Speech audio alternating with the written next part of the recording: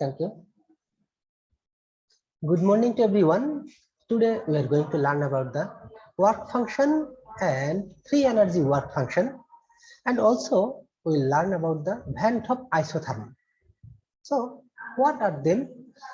প্রথমে আমরা একটা দেখব যে free energy and work function এটা কি জিনিস এবং সেখান থেকে আমরা ওয়ার্ক ফাংশনটা কিভাবে ডিফাইন করতে পারি, and lastly we will try to find out the Van 't Hoff isotherm equation. So the free energy and work function, free energy টা আমরা লাস্ট ক্লাসগুলোতে শিখেছি যে, আর হলো যে এখন আমরা দেখব যে ফ্রি এনার্জি এবং ওয়ার্ক ফাংশনের সাথে রিলেশনটা কেমন আছে বা কিভাবে আমরা সেখান থেকে ফাইনালি আমরা ভ্যান 't Hoff ইকুয়েশনটা কিভাবে ডিরাইভ করতে পারি। সো বিসাইড হিট কন্টেন্ট বা এনথালপি, আমরা যেটা বলেছি যে হিট কন্টেন্ট আর এনথালপি যেটা একই জিনিস, তাহলে heat content, internal energy and the entropy, there are two other thermodynamic functions depending upon the state of the system which utilizes internal energy, enthalpy and entropy in their derivation and are more convenient for use. These are the work and free energy functions represented by A and G. আসলে আমরা এই যে কয়েকটা term ব্যবহার করেছি, আগে শিখেছি enthalpy, internal energy and entropy, এইগুলোর বাইরেও আরো কিছু টার্ম আমাদের আছে যেগুলো এই ওয়ার্ক ফাংশন এবং গিভস ফ্রি এনার্জি এগুলো দিয়েও কোনো একটা সাবস্টেন্সের যে কোন স্টেটে আছে বা তার ক্যারেক্টারিস্টিক্স ডিফাইন করার জন্য অথবা স্টেটগুলো কিভাবে চেঞ্জ হয় সেইগুলো ডিফাইন করার জন্য কিন্তু এই বিষয়গুলো আমাদের অনেকটা গুরুত্বপূর্ণ এবং এটা অনেকটা কাজে লাগে। So let's see the work function. Work ফাংশনটাকে আমরা কিভাবে ডিফাইন করতে পারি? যে ওয়ার্ক ফাংশনটা হলো just this is the work function A and can be defined as the internal energy minus the T, this is the temperature and this is the entropy. So if you subtract the multiplication of temperature at entropy at certain temperature, মানে একটা নির্দিষ্ট টেম্পারেচারে যদি এন্ট্রপির value এটা থেকে multiply করে total internal energy থেকে subtract করা হয় তাহলে এটাকে বলবো আমরা ওয়ার্ক ফাংশন। আচ্ছা, তাহলে this is the work function can be written as E minus TS, where E is the energy content of the system, যেটাকে আমরা টোটাল ইন্টারনাল এনার্জি হিসেবে বলি। T is its absolute temperature and S its entropy. তাহলে T টা হলো absolute temperature, যেটা আমরা normally বলে থাকি যে কেলভিন টেম্পারেচার, সোজা কথায় যে ডিগ্রি সেলসিয়াসে যাই থাক না কেন সেটাকে আমরা কেলভিনে কনভার্ট করব। So T is the absolute temperature and S is entropy. Since E, T and S depend upon the thermodynamic state of the system, যে এগুলো সবগুলোই কিন্তু E internal energy, temperature and S এর তিনটাই কিন্তু depend upon the thermodynamic state of the system only and not on its previous history, যে যেই স্টেটে আছে সেই স্টেটের উপরেই কিন্তু বা ইনস্ট্যান্ট যে সিচুয়েশন তার উপরেই কিন্তু এই ইন্টারনাল এনার্জি, টেম্পারেচার, এস এগুলো ডিপেন্ড করে। এইগুলোকে যদি তুমি মনে করো প্রিভিয়াস একটা টেম্পারেচারে ইন্টারনাল এনার্জি কত সেটা, আর ফাইনাল আমরা যেই টেম্পারেচারে কনসিডার করতে যাচ্ছি এই দুইটার তুমি ডিফারেন্স বের করতে পারো, সেটা সমস্যা নাই, কিন্তু ইন্টারনাল এনার্জি একটা নির্দিষ্ট টেম্পারেচারে যদি বলো দ্যাট উইল বি ফিক্স। তাহলে কোনো একটা সাবস্টেন্সের জন্য if you consider the amount of substance fixed, then if you think the temperature is fixed, then at this temperature either entropy or the internal energy will be fixed. So it do not depend on any other situation, just what is the current position or current situation of the substance that can define or determine these functions, that means the states E, T, S এর যে কোনোটাই আমরা previous কোনো history আমাদের জানা দরকার নাই, যদি কারেন্ট পজিশনটা বা কারেন্ট সিচুয়েশনটা জানি then we can define. So it is evident that a function A is also a single valued function of the state of the system. তাহলে এখন এখান থেকে আমরা দেখতে পাচ্ছি কি, দেখো এই যে E, T and S এর তিনটাই কিন্তু ওই সেই স্টেট ফাংশনের সাথে সিস্টেম অনলি ডু নট এই যে thermodynamic state of the system. তাহলে এক্ষেত্রে এই টার্মের সাথে এইটা পজিটিভ, নেগেটিভ, মাল্টিপ্লাই, ডিভাইড এর যে কোনো ভাবেই হোক না কেন, তাহলে এই A function that means state function, এই স্টেট ফাংশনটাও কিন্তু এইগুলো যার সাপেক্ষে ডিপেন্ডেন্ট, আমরা এই স্টেট ফাংশনটাকেও সেই একই ফাংশনের সাথে অথবা একই রিলেশনের সাথে ডিপেন্ডেন্ট হিসেবে ডিফাইন করতে পারি। আচ্ছা, তাহলে এখন আমরা এখানে দেখলাম কি যে A is also single valued function of the state of the system. Consider an isothermal change at temperature T from the initial state indicated by subscript 1 to the final state indicated by subscript 2. তাহলে এখন আমরা মনে করো দুইটা ইস্যুর কথা বলবো। একটা আইসোথার্মাল চেঞ্জ মানে যেখানে তাপমাত্রার কোনো পরিবর্তন হবে না। সো এখানে আমরা ধরে নিলাম একটা ইনিশিয়াল ফিক্সড টেম্পারেচার টি। তাহলে এখন এখান থেকে initial state indicated by A consider an isothermal change at temperature T from the initial state indicated by subscript 1। তার মানে যে কোনো একটা স্টেটকে আমরা যদি সাবস্ক্রিপ্ট মানে first state or initial state এবং ফাইনাল স্টেট কনসিডার করি আইসোথার্মাল চেঞ্জ আমরা বললাম যেখানে কোনো তাপমাত্রার পরিবর্তন হবে না। তাহলে সেক্ষেত্রে এই আইসোথার্মাল চেঞ্জের জন্য আমরা যেটা পেলাম যে এখানে আমাদের দুইটা স্টেট কনসিডার করছি, initial state and final state, যেগুলোকে আমরা ডিফাইন করছি স্টেট 1 দ্যাট মিন্স সাবস্ক্রিপ্ট 1 হিসেবে, আর একটা স্টেট ধরছি স্টেট 2। তাহলে এখন আমরা দেখি so that A1 equal E1 minus TS1। তাহলে A1 আমরা এই যে স্টেট ফাংশন এখানে ডিফাইন করেছি A equal E minus TS। তাহলে A1 যদি বলি E1 মাইনাস TS1, কারণ এখানে আমরা টেম্পারেচারটাকে কনস্ট্যান্ট ধরে নিয়েছি। টেম্পারেচার যদি কনস্ট্যান্ট হয় সেক্ষেত্রে A1 equal E1 minus TS1। Similarly A2 কে আমরা এভাবে লিখতে পারি A2 equal E2 minus TS2, কারণ একই জিনিস একইভাবে ইকুয়েশন থেকে আমরা ডিফাইন করলাম। তাহলে A1 equal E1 minus TS1 and A2 equal E2 minus TS2। তাহলে এই দুইটাকে আমরা দুইটা ইকুয়েশন দিয়ে রিপ্রেজেন্ট করি। সাবস্ট্রাক্টিং 1 from equation 2, তাহলে এই যে 2 নাম্বার ইকুয়েশন থেকে যদি 1 নাম্বার ইকুয়েশনটা করি সাবট্রাক্ট করি, তাহলে সেক্ষেত্রে কি হবে just A2 minus A1 equal E2 minus E1, আর এখানে যদি মাইনাস সাইনটা কমন নেই সেক্ষেত্রে TS2 মাইনাস TS1 অথবা মাইনাস T কমন নিলে S2 মাইনাস S1। তাহলে A2 minus A1 equal E2 minus E1 minus T into S2 minus S1। তাহলে এই যে E2 মাইনাস E1 এটাকে আমরা লিখতে পারি ডেল্টা E দিয়ে, এবং S2 মাইনাস S1 এটাকে লিখতে পারি ডেল্টা S। তাহলে T ইনটু ডেল্টা S আর E2 মাইনাস E1 মানে ডেল্টা E, আর A2 মাইনাস A1 যেটা হলো ডেল্টা A। তাহলে এই যে টার্মগুলো আমরা জাস্ট দুইটা ওয়ার্ক ফাংশন দুইটা স্টেটের জন্য এট আইসোথার্মাল দ্যাট মিন্স একই টেম্পারেচারে দুইটা স্টেটের জন্য আমরা কনসিডার করেছি। একটা state initial state, final state. তাহলে ইনিশিয়াল স্টেটকে আমরা A1 দিয়ে, তাহলে জাস্ট ডিফারেন্সটা কত, এই ওয়ার্ক ফাংশনের ডিফারেন্সটা ডেল্টা A আমরা বের করলাম। দুইটা স্টেটের মধ্যে যদি আইসোথার্মাল চেঞ্জ হয় then we can consider the change in work function delta A equal delta E minus T into delta S। এখন এখানে delta A is the increase in function A। তাহলে এই যে ইনক্রিজ না বলে আমরা চেঞ্জ বলি, যে এটাকে চেঞ্জ ইন ফাংশন A। তাহলে ওয়ার্ক ফাংশনের পরিবর্তনটা কতটুকু, that is delta A। Delta is the corresponding increase in internal energy. তাহলে সেই ক্ষেত্রে যদি আমরা সবগুলোই এখানে ইনক্রিজ বলি তাহলে that can be considered, but আমি সবসময় ডেল্টা বলতে সবসময় আমি কি করব, মনে করবো যে এটা চেঞ্জ নট ইনক্রিজ, আর sometime it can be also decrease. So যদি আমরা স্পেসিফিক্যালি মেনশন করে দিই that can be okay, but sometime আমাদের ইনক্রিজ বা ডিক্রিজ হতে পারে। সেক্ষেত্রে আমাদের delta A is the change in work function and delta E is the corresponding change in internal energy and delta S is the change in entropy of the system. তাহলে এখন এই সবগুলোই কি আমরা এখানে ডিফাইন করলাম। সিন্স এখন আমরা জানি যে ডেল্টা S বা change in entropy equal Q reverse divide by T, মানে sorry Q reversible, that means যে কতটুকু এনার্জি দেওয়া হচ্ছে, তাই না?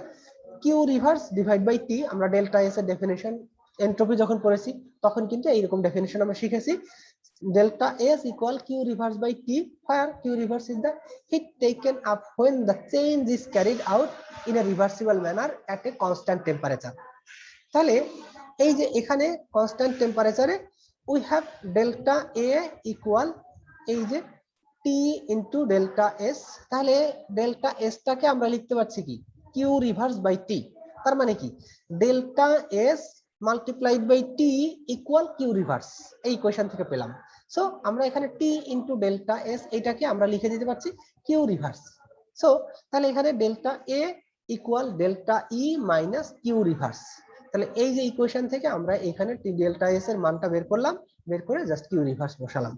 দেন according to the first law of thermodynamics, thermodynamics এর ফার্স্ট ল থেকে আমরা কি দেখলাম বা কি জানি, delta E equal Q reverse minus W reverse, তাহলে অথবা delta E equal Q minus W, আমরা এইভাবে শিখছি বেশিরভাগ ক্ষেত্রে, কিন্তু যেহেতু রিভার্সিবল সিস্টেমের ক্ষেত্রে আমরা জাস্ট ওই কন্ডিশনটাকে মেনশন করে দিচ্ছি যে রিভার্সিবল কন্ডিশন।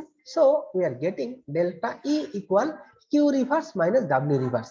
তাহলে মাইনাস ডাব্লিউ রিভার্স মানে কি, এখন এখান থেকে ইকুয়েশন থেকে মাইনাস ডাব্লিউ রিভার্স আমরা এইটাকে এই পাশে নিয়ে গেলাম, তাহলে কি হলো মাইনাস ডাব্লিউ রিভার্স যদি এই পাশে লিখি তাহলে delta E minus Q reverse, তাহলে minus W E reverse equal Q delta E minus Q reverse, এটা পেলাম। এখন substituting the value in equation 4, তাহলে এখানে minus W reverse equal delta E minus Q reverse, আমরা ইকুয়েশন 4 এ কি ছিল delta E minus Q reverse equal delta A, তাহলে এখানে দেখতে পাচ্ছি কি যে এই রাইট সাইড, এখানে আমার রাইট সাইড যা আছে, তাহলে ইকুয়েশন 5 এর রাইট সাইড এবং ইকুয়েশন 4 এর right side delta E minus Q reverse, তাহলে আমরা লেফট সাইড দুইটা সমান লিখতে পারি। So delta A equal can be written as minus W reverse, তাহলে এই টার্মটা আর যদি সমান হয় লেফট সাইড রাইট সাইড দুইটার ক্ষেত্রে, সেক্ষেত্রে আমরা লিখতে পারি কি যে delta A equal minus W reverse, তাহলে এখানে equation delta A equal minus W reverse, তাহলে আমরা যেটা পেলাম, অথবা এইভাবে লিখি minus delta A equal W reverse. So মাইনাসটা আমি এখানে নিয়ে নিলাম। Decrease in the work function, আসলে এখন আমরা এই ওয়ার্ক ফাংশনের ডেফিনিশনটা এখান থেকে দেখি, দেখো decrease in the work function A in any process at constant temperature gives the maximum work that can be obtained from the system during any change। তাহলে কোনো একটা সিস্টেম রিভার্সিবল সিস্টেমের ক্ষেত্রে যদি ওয়ার্ক ফাংশন ডিক্রিজ করে, that means work ফাংশনের ভ্যালুটা যদি লেস দ্যান 0 হয়, তাহলে আমরা ম্যাক্সিমাম ওয়ার্ক পাবো। দেখো the decrease in the work function A, তাহলে এখানে কি নেগেটিভ সাইন আছে, তাহলে মাইনাস ডেল্টা এ, তাহলে সেক্ষেত্রে decrease in the work function A in any process at constant temperature gives the maximum work that can be obtained from the system during any change। মানে কোনো চেঞ্জের কারণে, কোনো change করলে সেক্ষেত্রে যদি তার ওয়ার্ক ফাংশনের ভ্যালু নেগেটিভ হয় আর লেস দ্যান 0 হয়, তাহলে সেক্ষেত্রে কি হবে যে তার ম্যাক্সিমাম ওয়ার্ক আমরা পাবো সেখান থেকে। So decrease in the work function A in any process at constant temperature gives the maximum work that can be obtained from the system during any change। তাহলে কোনো পরিবর্তনের জন্য যদি তার ওয়ার্ক ফাংশন নেগেটিভ হয়, তাহলে সেখান থেকে সর্বোচ্চ কাজ পাওয়া যাবে। তাহলে এবারে আমরা দেখি ভ্যান টপ আইসোথার্ম। আচ্ছা, ভ্যান টপ আইসোথার্মটা কি? এখানেও ঠিক আমরা একই রকম ভাবে এটার পার্শিয়াল প্রেসার টেনশন নিয়ে কনসিডার করে দুইটা, এই যে একটা ইকুইলিব্রিয়াম, তাই না, এই যে একটা ইকুইলিব্রিয়াম রিঅ্যাকশন আমরা কনসিডার করেছি, যেখানে একটা রিঅ্যাকট্যান্ট হলো এ আর একটা রিঅ্যাকট্যান্ট বি। তাহলে রিঅ্যাকট্যান্ট গুলোকে আমরা সিম্বলাইজ করছি ক্যাপিটাল এ ক্যাপিটাল বি দিয়ে, এবং প্রোডাক্ট দুইটা সি এন্ড ডি, যেটাকে ক্যাপিটাল সি এবং ক্যাপিটাল ডি এই দুইটা করলাম। The Van Thorp's isotherm give the net work that can be obtained from a gaseous reactant at constant temperature when both the reactants and products are in suitable arbitrary pressure। আচ্ছা, তাহলে এখানে যেটা কথা বলছে যে এই যে ভ্যান টপ আইসোথার্ম, এখান থেকে আমরা কতটা কাজ সম্পন্ন হয়, the Van Thorp isotherm gives the net work, যে মানে ইনিশিয়াল ফাইনাল এটা বিষয় না, নেট ওয়ার্ক আমরা যেমন ওই যে হিট এনার্জি যখন করেছিলাম যে হিট ইঞ্জিন যখন আমরা পড়েছি তখন এই যে নেট ওয়ার্ক সেটা আমরা কি বলেছি যে work absorb from the heat absorb, যে সিস্টেম থেকে কতটুকু হিট অ্যাবজর্ব করছে, হাই হিট রিজার্ভার থেকে কতটুকু হিট অ্যাবজর্ব করছে এবং সেখান থেকে কতটুকু হিট সে মানে রিজার্ভারে ছেড়ে দিয়েছে, তার যে ডিফারেন্স সেটাকে আমরা বলেছিলাম net heat absorb by the system, তাহলে অথবা বাই দ্য ইঞ্জিন।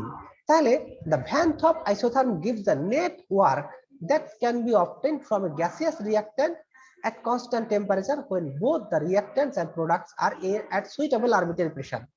এখন এই যে কোনো একটা সিস্টেম যদি তার একটা রিঅ্যাক্ট্যান্ট থেকে একটা প্রোডাক্টে পরিণত হয় এবং রিঅ্যাক্ট্যান্ট প্রোডাক্ট দুইটা ইন গ্যাসিয়াস ফর্মে থাকে, তাহলে সেখান থেকে কি হবে যে তার এই যে পরিবর্তনের কারণে একটা নির্দিষ্ট টেম্পারেচার, এটা কিন্তু হবে না যে আইদার এক্সোথার্মিক বা এন্ডোথার্মিক, এটা আমরা এখানে কনসিডার করছি না, just that will be in equilibrium so that the temperature is fixed.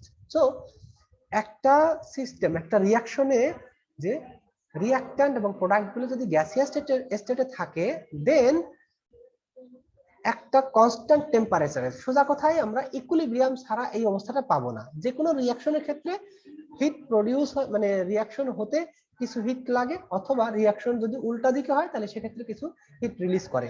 তো এটা হলো সেই ক্ষেত্রে যদি আমরা আইসোথার্ম রিঅ্যাকশনের কথা কনসিডার করি, দেন হোয়াট উইল হ্যাপেন, যে আমাদের যদি ইকুইলিব্রিয়াম না হয় সেক্ষেত্রে কিন্তু আমাদের কনস্ট্যান্ট টেম্পারেচার বা আইসোথার্মাল সিচুয়েশন হবে না। So the Van Hoff isotherm gives the net work that can be obtained from a gaseous reactant at constant temperature when both the reactants and products are in suitable arbitrary pressure.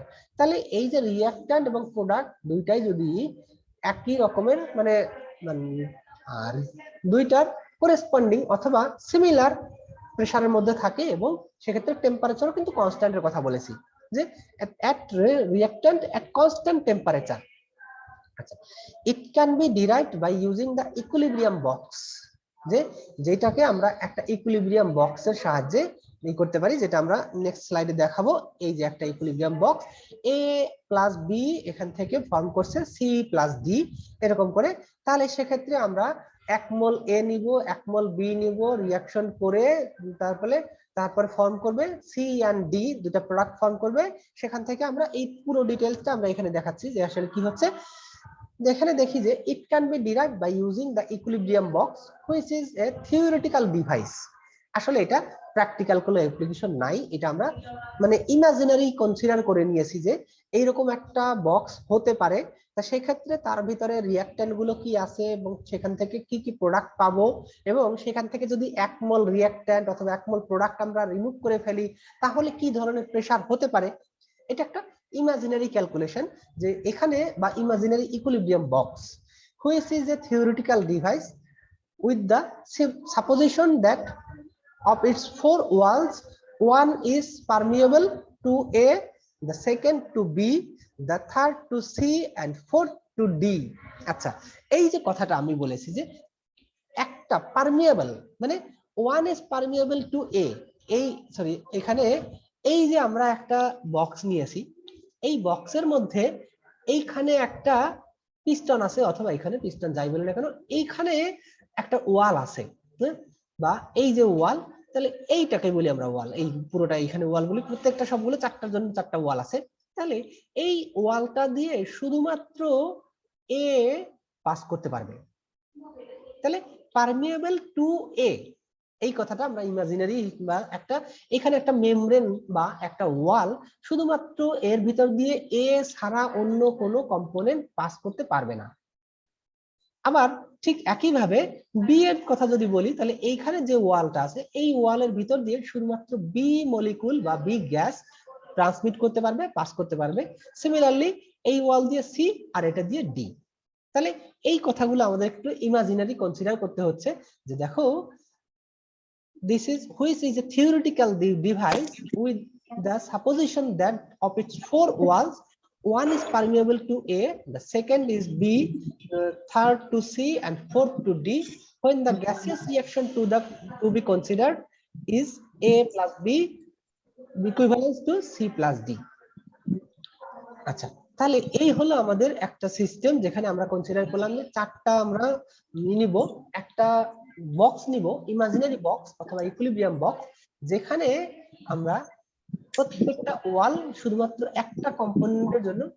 কার কাছ থেকে noise আসছে mute করো please, কোনো প্রশ্ন থাকলে বলো, আর যদি না থাকে তাহলে মিউট করো। আচ্ছা, তাহলে এই যে আমরা, হ্যাঁ গাড়ির শব্দ পর্যন্ত আসছে, মিউট করো।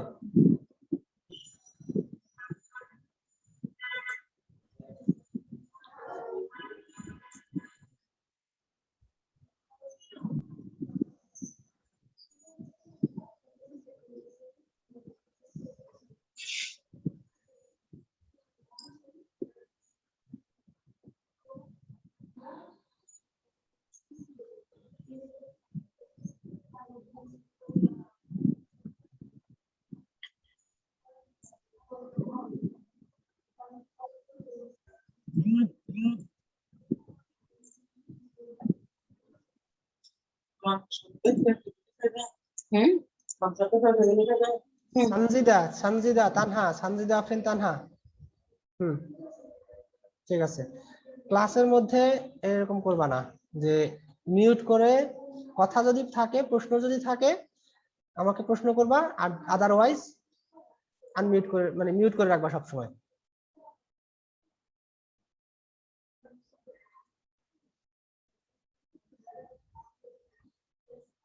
আচ্ছা, যা দেখাচ্ছিলাম, তাহলে এই যে ভ্যান টপ আইসোথার্ম, তাহলে সেক্ষেত্রে থেকে আমরা কি করেছি যে চারটা কম্পোনেন্ট যেখানে আমরা বক্স হিসেবে ধরেছি, এই যে একটা আমরা ইকুইলিব্রিয়াম বক্স নিয়েছি, এই চারটা ওয়াল, প্রত্যেকটা ওয়াল কি করবে, জাস্ট শুধুমাত্র একটা কম্পোনেন্টকে ট্রান্সমিট করতে দিবে।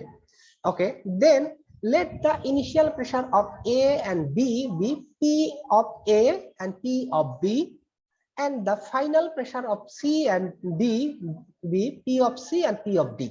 তাহলে এখন আমরা মনে করো এই যে বক্স নিয়েছি, সেই বক্সের মধ্যে যদি আমরা চারটা কম্পোনেন্ট কনসিডার করি, অথবা এই যে আমরা ইনিশিয়ালি এখন নিলাম যে 1 মোল অফ গ্যাস প্রত্যেকটার জন্য, তাহলে এই যে 1 mole of A and 1 mole of B, এই দুইটা রিঅ্যাকট্যান্ট আমরা নিলাম, নিয়ে তাহলে এর প্রেসারটা, এই প্রেসারটাকে ধরে নিছি আমরা P of A, that means pressure of small a, capital A নয়, ক্যাপিটাল এ দিয়ে আমরা মলিকুলকে ডিফাইন করেছি, আর যখন আমরা সাবস্ক্রিপ্ট হিসেবে লিখছি পার্শিয়াল প্রেসার অফ এ, তাহলে p অফ স্মল a বা স্মল ক্যারেক্টার, তাহলে let the initial pressure of a and b be p of a and p of b, and the final pressure of c and d be the p of c and p of d respectively. And sir screen শেয়ারটা করেন নাই। আচ্ছা আচ্ছা, sorry, যখন এই করতে গেছি তাই তো দেখতেছি যে আমার ডিসপ্লে হচ্ছে কি ব্যাপার।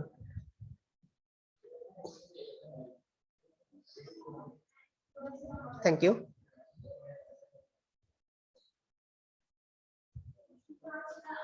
আচ্ছা, তাহলে এই যে আমরা দেখাচ্ছি যে initial pressure of A and B, এগুলোকে প্রত্যেকটার যে প্রেসার কম্পোনেন্ট গুলোর প্রেসারটাকে আমরা ইনিশিয়াল প্রেসারটা ধরে নিলাম, তাহলে and the final pressure of C and D, তাহলে এইগুলো হলো initial pressure A of A এবং বি এর, আর সি এন্ড ডি এর final pressure, and the final pressure of C and D, P of C and P of D.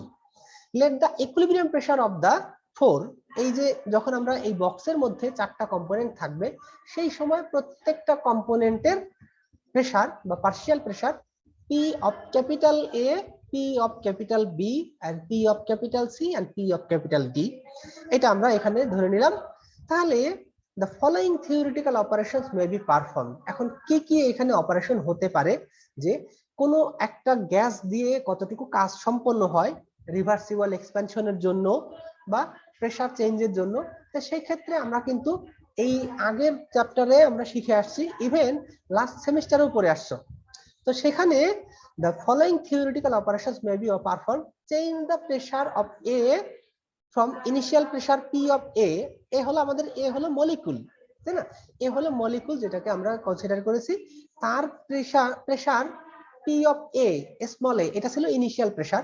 তাহলে ইকুইলিব্রিয়ামে তার pressure হলো পি অফ ক্যাপিটাল এ। তার মানে এটার ভলিউমটা পরিবর্তন হয়ে প্রেসার চেঞ্জ হয়ে গেছে to the equilibrium pressure P of A. আমরা যদি P1 এবং P2 ধরতাম তাহলে হয়তোবা সুবিধা হতো তোমাদের ডিফাইন করার জন্য, বাট যেহেতু এখানে পি অফ স্মল এ হলো ইনিশিয়াল প্রেসার আর পি অফ ক্যাপিটাল এ এটা হলো ফাইনাল প্রেসার। তাহলে আমরা জানি কোনো একটা সিস্টেমের দ্বারা রিভার্সিবল এক্সপ্যানশন ওয়ার্কের জন্য যেটা আমরা ইকুয়েশনটা পেয়েছিলাম, সেই ওয়ার্কের ডেফিনেশনটা ছিল ইকুয়েশনটা ছিল RT ln P P2 sorry P1 by P2, এবং যদি ভলিউম দিয়ে বলি RT loan V2 by V1। এরকম করে আমরা একটা ইকুয়েশন পেয়েছিলাম যে reversible expansion of ideal gas, তাই না? আইডিয়াল গ্যাসের এক্সপ্যানশনের জন্য, অথবা যদি এটাকে লগ দিয়ে বলো তাহলে সেক্ষেত্রে হবে 2.303 RT log P of A divided by P of capital A, মানে আসলে হলো initial pressure divide by final pressure. এটা হলো আমাদের যে একটা গ্যাস যখন এক্সপ্যান্ড হয় রিভার্সিবলি সেই ক্ষেত্রে তার কতটুকু কাজ সম্পন্ন হয়। সো এখন আমরা যদি প্রত্যেকটা কম্পোনেন্টের জন্য একইভাবে work done by the gas, তাহলে এই ক্ষেত্রে আমরা এ গ্যাসের জন্য আমরা বলেছি যে এ মলিকুল অথবা এ গ্যাস এর জন্য কতটুকু কাজ সম্পন্ন হচ্ছে সেটা হলো RT ln P of A, that means initial pressure. এই যে এটা আমরা বলেছি the initial pressure A of A and B এর হলো P of A and P of B, আর ফাইনাল প্রেসার বা equilibrium pressure P of A and P of B, capital A and capital B। তাহলে সেক্ষেত্রে this is the initial pressure and this is final pressure.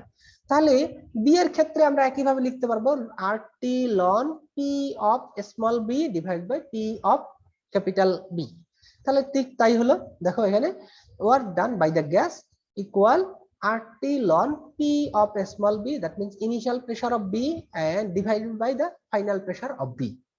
Similarly, যদি আমরা consider করি যে ওই D এর ডি এবং সি এবং ডি এর ফাইনাল প্রেসার ছিল P of C and P of D, তাহলে এটা হলো ফাইনাল প্রেসার, সি এবং ডি এর final pressure P of C small p of C, আর এটা P of D, আর এই যে P of capital C and P of capital D যেটা ছিল তাদের ইকুইলিব্রিয়ামের প্রেসার। সো সেই ক্ষেত্রে কি হবে, introduce 1 gram of mole of 1 gram mole to the B through there respective semi-permeable membranes into the equilibrium box which contains the reactants and products at the equilibrium pressure. তাহলে সেক্ষেত্রে আমরা আসলে initially যে কথাটা বলেছি যে আমরা 1 মোল এ এবং 1 মোল বি বা 1 gram mole 1 gram mole of A 1 gram mole of B, এটা বি, এই দুইটা নিয়ে যদি রিঅ্যাকশন করতে দেই সেই রিঅ্যাকশন থেকে কি হবে যে we consider that 1 mole of C and 1 mole of D, that means এখানে 1 গ্রাম মোল নিয়েছি, 1 গ্রাম মোল C এবং D এরকম ভাবে ফর্ম করছে এবং they become in equilibrium। তো সেক্ষেত্রে ইকুইলিব্রিয়ামে তাদের অবস্থাটা কি সেটা আমরা এখানে কনসিডার করছি। This will not involve any work as the partial pressure of A and partial pressure of B inside the box are equal to the pressure of the gases coming in A in। আচ্ছা, তাহলে এখানে কি হচ্ছে যে এখানে এই যে গ্যাসটা আমরা এ এবং বি এই দুইটা গ্যাস নিয়েছি, তাহলে এখানে এদের পার্শিয়াল প্রেসার যা ছিল, এই গ্যাসের পার্শিয়াল প্রেসার যা ছিল এখানেও যখন আমরা এই যে বক্সের মধ্যে নিচ্ছি তখনও কিন্তু এক্স্যাক্টলি সেম পার্শিয়াল প্রেসার থাকবে।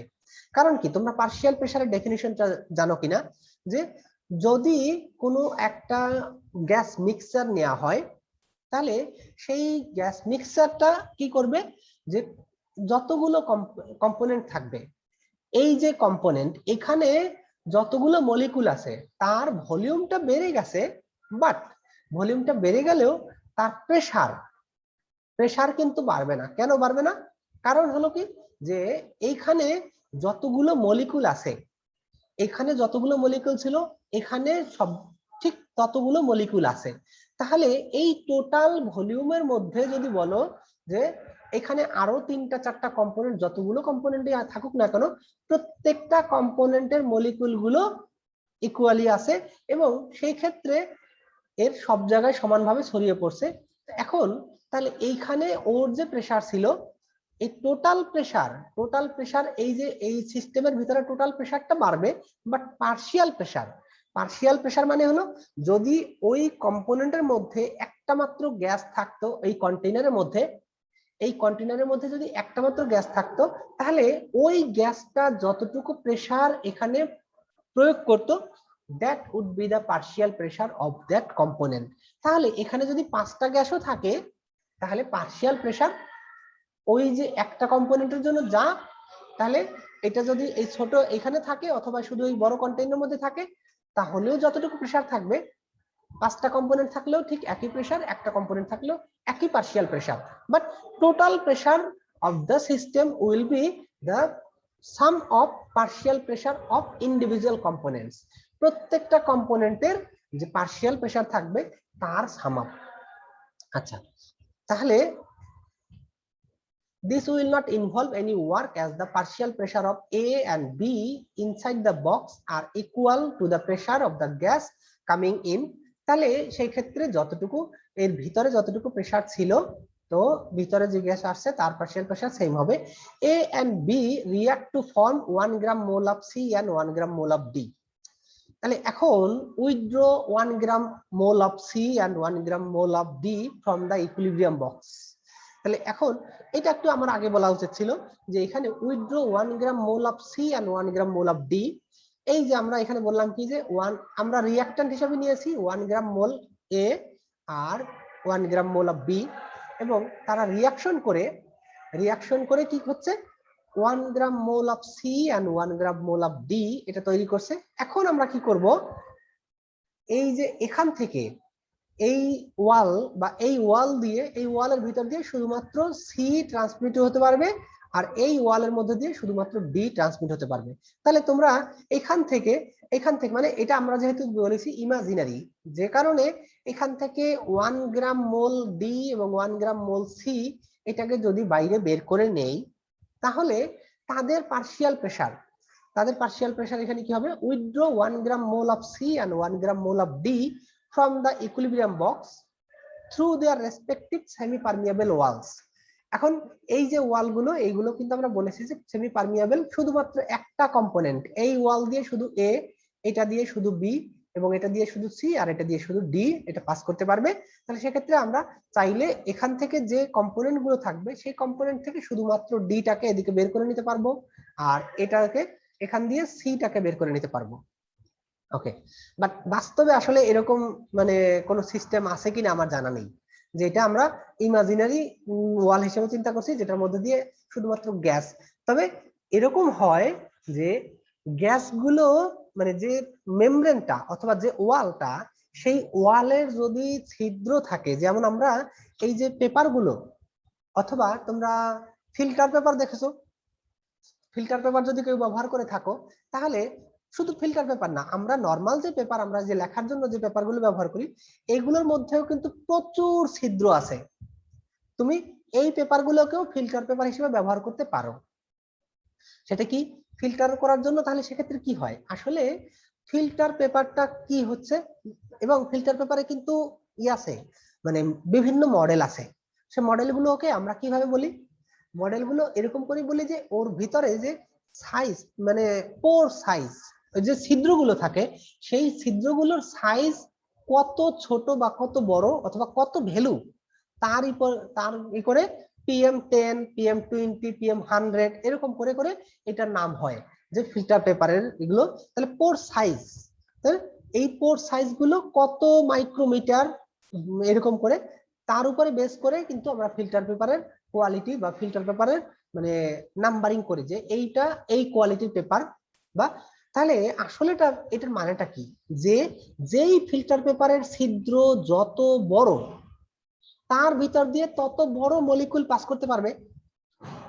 তাহলে উল্টাটা, যদি ছোট ছিদ্র হয় তাহলে তার ভিতর দিয়ে তত ছোট মলিকুল করতে পারবে, পাস করতে পারবে।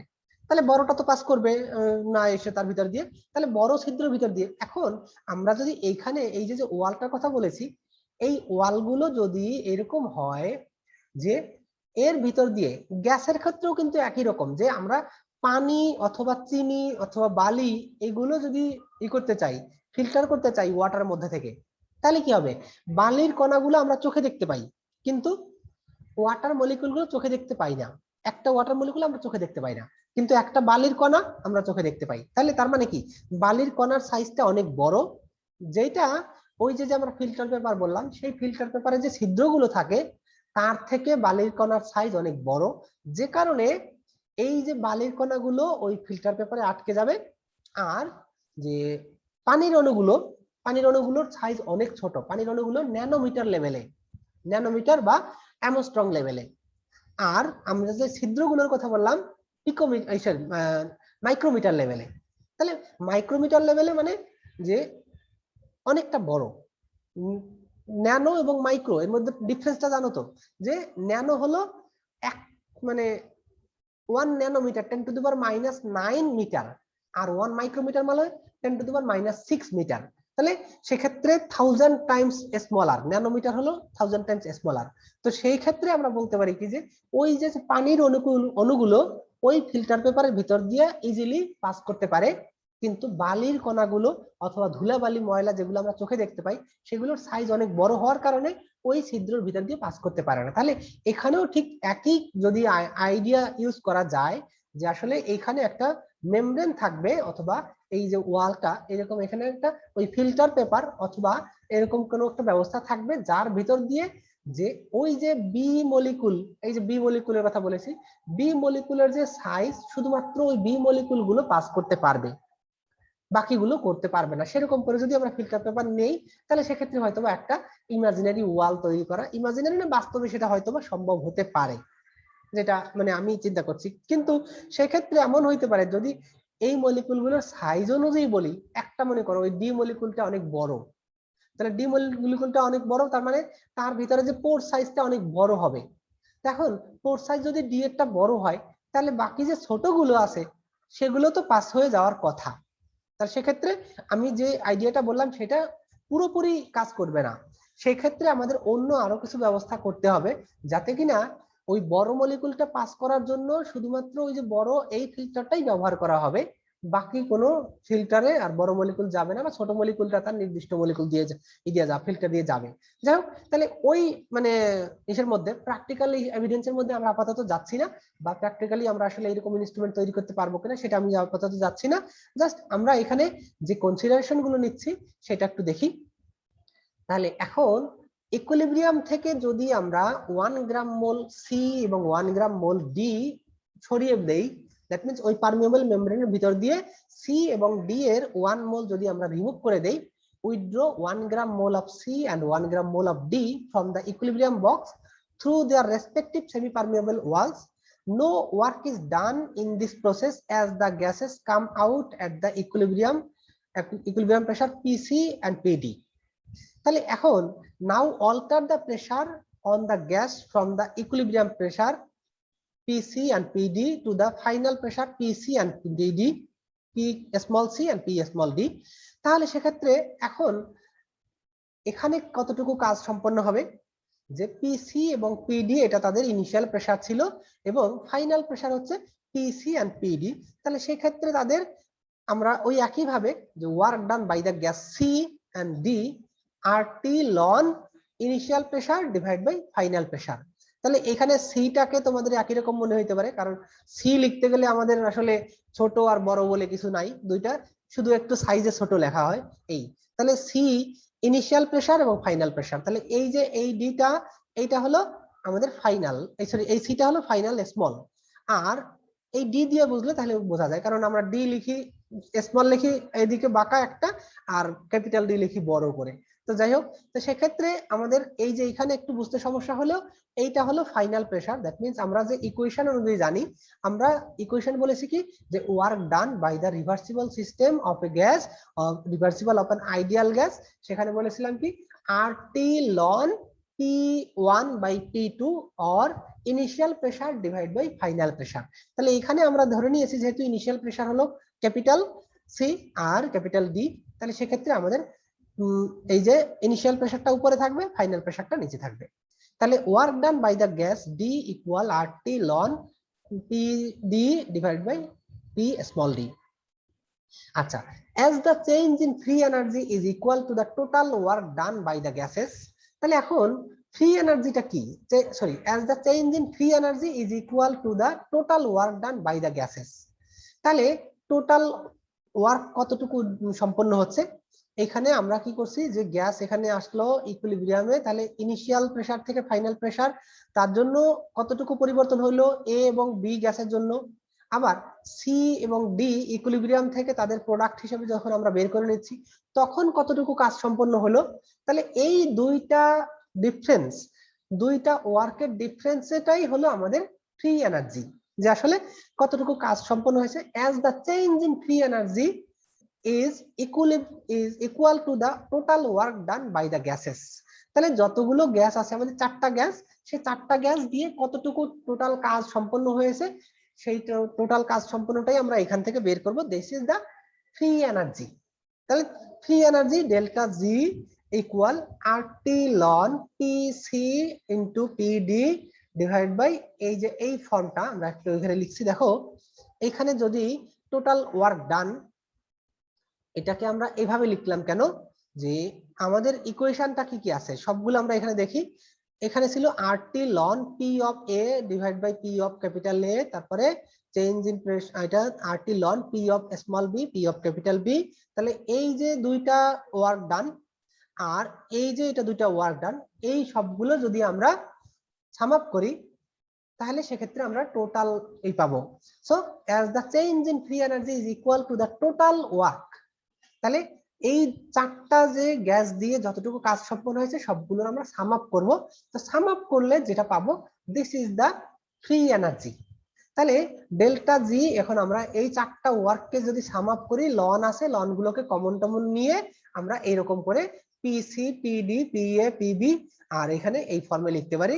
তাহলে মাইনাস আরটি, এই সবগুলোকে সাম আপ করো, সাম আপ করলে যা পাবা, তাহলে সেক্ষেত্রে সেখান থেকে আরটি লন কমন নিলে আমরা এই যে পিসি পিডি পিএ পিবি এইভাবে লিখতে পারি।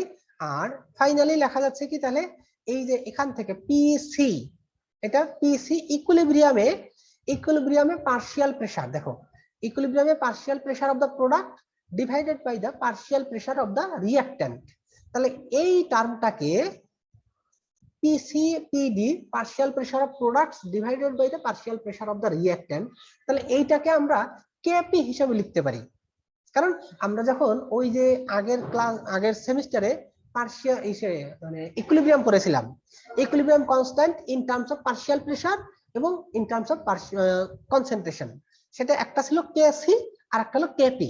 তাহলে কেসি আর কেপি এর ছিল কি, কেসিটা ছিল কি যে ইন টার্মস অফ কনসেন্ট্রেশন, তাই না, প্রোডাক্টের কনসেন্ট্রেশন মাল্টিপ্লাই করে দাও, তারপরে সেখান থেকে কি হবে, তার এই যে সহগগুলোকে, যতগুলো সহগ থাকবে সেগুলোকে করো, পাওয়ার রেজ করে দাও। তাহলে এখানে যেহেতু আমাদের 1 গ্রাম মোল, সেক্ষেত্রে আমাদের পাওয়ারটা 1 এটার ক্ষেত্রে সবগুলোর ক্ষেত্রে পাওয়ার 1 সেক্ষেত্রে আমরা এখানে দেখতে পাচ্ছি কি যে আমরা P of C that means and P of D, এটা হলো ইকুইলিব্রিয়ামে, রিঅ্যাকশনটার ইকুইলিব্রিয়ামে partial pressure of product divide by partial product of the partial pressure of the reactants. তাহলে এইটাকে আমরা কেপি হিসেবে লিখতে পারি। So RT ln KP minus RT ln এই যে P of C P of D P of A P of B, এটা যা যা আছে তাই। তাহলে P of C P of D P of A P of B.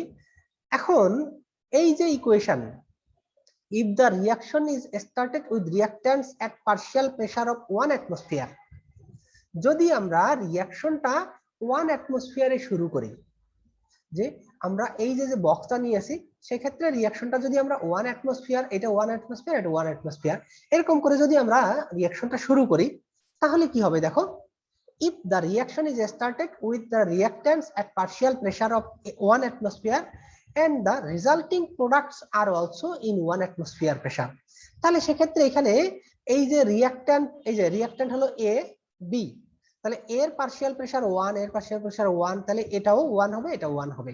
So ultimately আমরা পেলাম কি, আরটি লন, এটা ওভারঅল আসলো 1, তাহলে লন 1 এর ভ্যালু কত, 0, তাই না।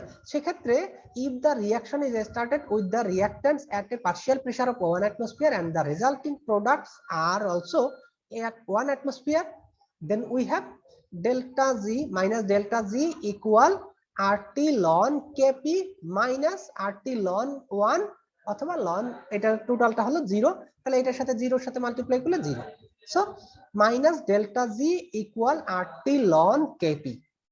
So if the net work of the reaction is equal to the decrease in free energy of the system and is given by the expression RT ln KP or 2.303 RT log KP, তাহলে it will be observed that the delta G, if the delta G is positive when KP is less than the unity.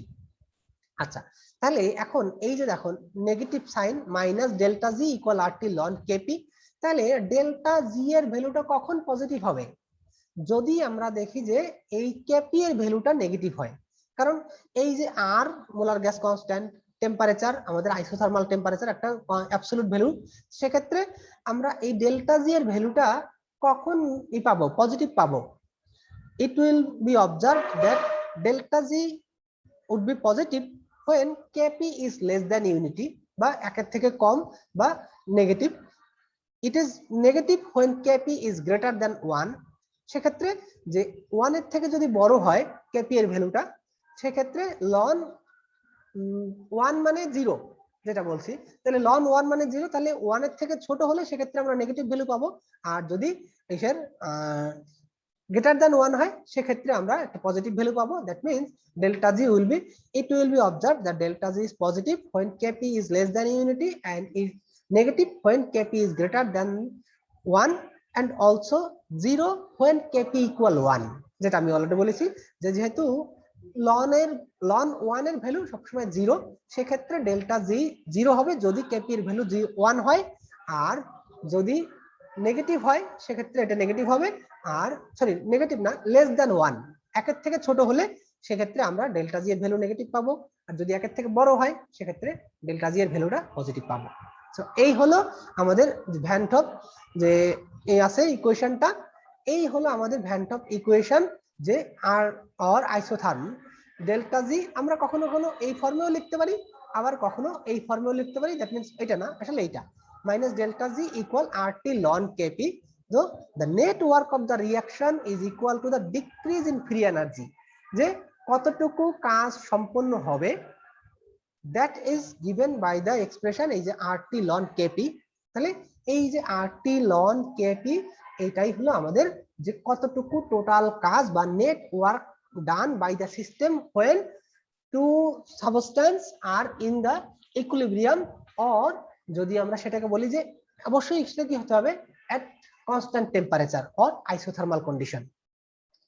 So this is the end of today's class. If you have any question or comment regarding this, then you are welcome. Class